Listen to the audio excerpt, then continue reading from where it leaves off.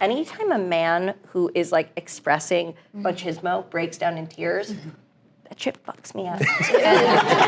I don't know. It's definitely me subscribing to some like gender bullshit, but like if a dad cries, I can't handle myself. I can't handle myself. Like, he's so complex. I know, exactly. When a woman cries, everyone's like, she's insane. And the man cries, and they're like, he's incredible. Yeah. Multitude.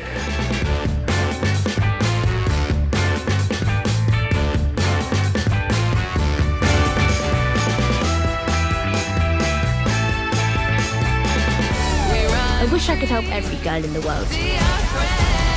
Knowing your own story will be your salvation. But for now, I am enough. What is that quote about, like, surprises? They're always surprising, but they feel inevitable, and I feel like that's for you, a project like this makes total sense in, like, your canon of work, and sort of bringing your voice to, is it fair to call it YA? I feel like it's not quite YA, but. I think of it as YA. I think like the term YA has been sort of associated with like a specific kind of pop energy, that pop femme energy, and actually YA has this like just incredibly rich history, and there's so much really good YA literature still, and I'm a big fan of the genre, and I just like anything that treats teenagers, particularly teenage girls, as the intelligent, fully evolved, discerning beings that they are. And that's what this book was for me when I was of the YA age. And so I was kind of hoping that we could pay homage also to the kinds of movies that I felt like the kind of young adult movies we don't necessarily get to see all the time anymore, in which, the lead doesn't have any special powers or a hot romance or, a really exciting summer mystery, but instead is just sort of a complicated person grappling with being young. Totally. No vampires. I was the only vampire on the set. I can vouch for that. So I can guess probably how you found someone like Bella, but was that the sort of first building block to the entire thing? It was. We really felt, I will actually tell you that Joe was the first cast member in. I knew you were, and I knew that I had written the part of Uncle George for him. And I then was introduced to Bella. I knew her work from Game of Thrones and from Judy and from all the amazing, she's built a body of work that's wild for a person of her age. But then our casting director, Nina Gold, showed me a photo of her, and literally just off the photo, I was like, done. And then once I saw her face, I was like, and Andrew Scott. And then, and then so on and so forth. Amazing. Bella and Joe, this period or genre this time setting-ish seems to have been very kind to both of you in your careers. Yeah. Do you feel like really at home in stone castles and drafty rooms? I'm always up for riding a horse. Yeah. It's good fun. We had a great time, didn't we? Yeah, lots of mud, lots of horses. Yes. Few swords. Yeah, Joe was really modest about two things. Joe was really modest both about his horse work and his sword work, and he acted like, I don't know what you're gonna get, and then it was very much like, don't make me sing, la la la la la. Well, the sword work, we didn't have to do much sword work. We just kind of ran around screaming. Yeah, that was fun. And I was quite ill that day. I was quite sick, and you fully led me through that. And it was fun going on the horse together, actually. The horse day was great. I really enjoyed that. Yeah. I would ask Bella and also Isis. The movie, and as the reviews and audiences have said, it's obviously very atypical and really empowering for a girl of a certain age. Do you see scripts like this often? No, no. Basically. And also to have it as like you said, without like this big romance or this big dramatic thing. It's just like a teenage girl existing and dealing with everything that comes with that.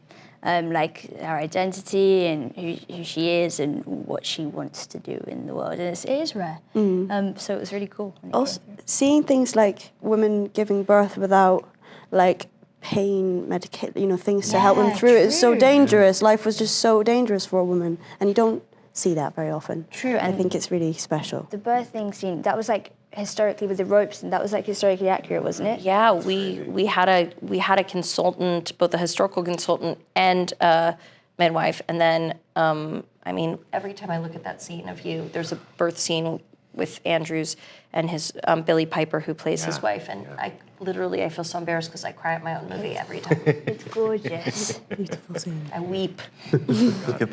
Andrew, how did you sort of approach this very modern father-daughter dynamic? is set in this time? Well, our big conversation, Lena and I's big conversation initially was how do you make the father sort of a little less brutish than he appears in the book. And I think if you're dealing with the issue of how women were struggling when they were repressed in that way in those times, how can you look at how men also suffer under that regime as well? Because there's a certain type of man that's going to find that pretty difficult to cope with as well. So he's somebody a little bit like Birdy, who struggles with his fitting in, in a sense, and just to make that a little less something that we might normally imagine as sort of medieval. Absolutely.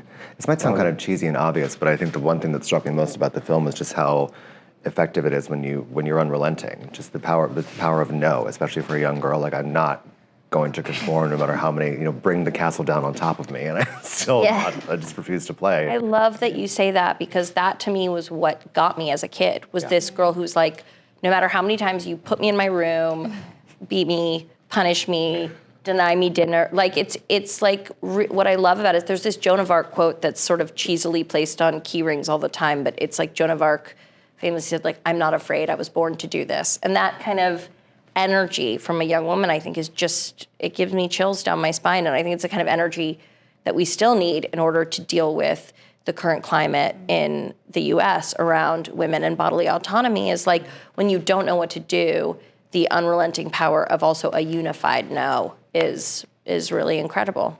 I was going to ask, given your entire body of work, it's a bit of a sad state of affairs in the US. How are you coping, and what makes you, is there any hope? I think that obviously it's been a very painful time for women, for people with uteruses, for people who care about women, and for people who care about people with uteruses. Like, I think all of us should be concerned. It shouldn't be anyone's sole issue. I think what's given me hope is how many people, even people who maybe normally wouldn't have spoken out about this issue maybe 5 or 6 years ago because it was too political, are really comfortable coming forward and saying, we're not okay with this. This does not work. This is not, and this is dangerous. And when one of us suffers, all of us suffer. Absolutely. Thank you. On a lighter note, Bella, has your like social and your life gotten a little more hectic since House of the Dragon premiered? Everyone's rewatching and going crazy, and yeah, that's true. Actually, I've been watching it. I still haven't seen like all of Game of Thrones, but I have been watching House of the Dragon.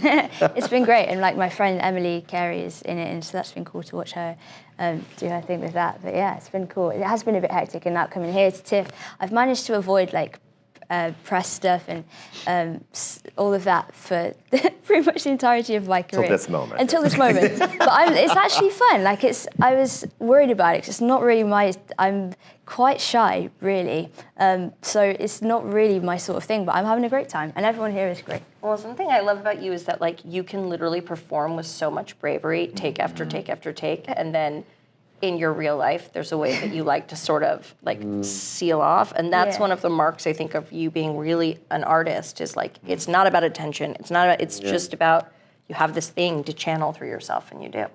That was one of the chief pleasures for everybody, because it's an ensemble film. There's loads of amazing comedic actors and theatrical actors from Britain, but we're all there supporting this legend. She's so extraordinary. I can't wait for audiences to Me too. to hear do her Can't stuff. wait. I love how much hashtag Liana Mormont I'm getting in my. Really? Yeah, everyone's like, Lady Mormont! Like, it's really.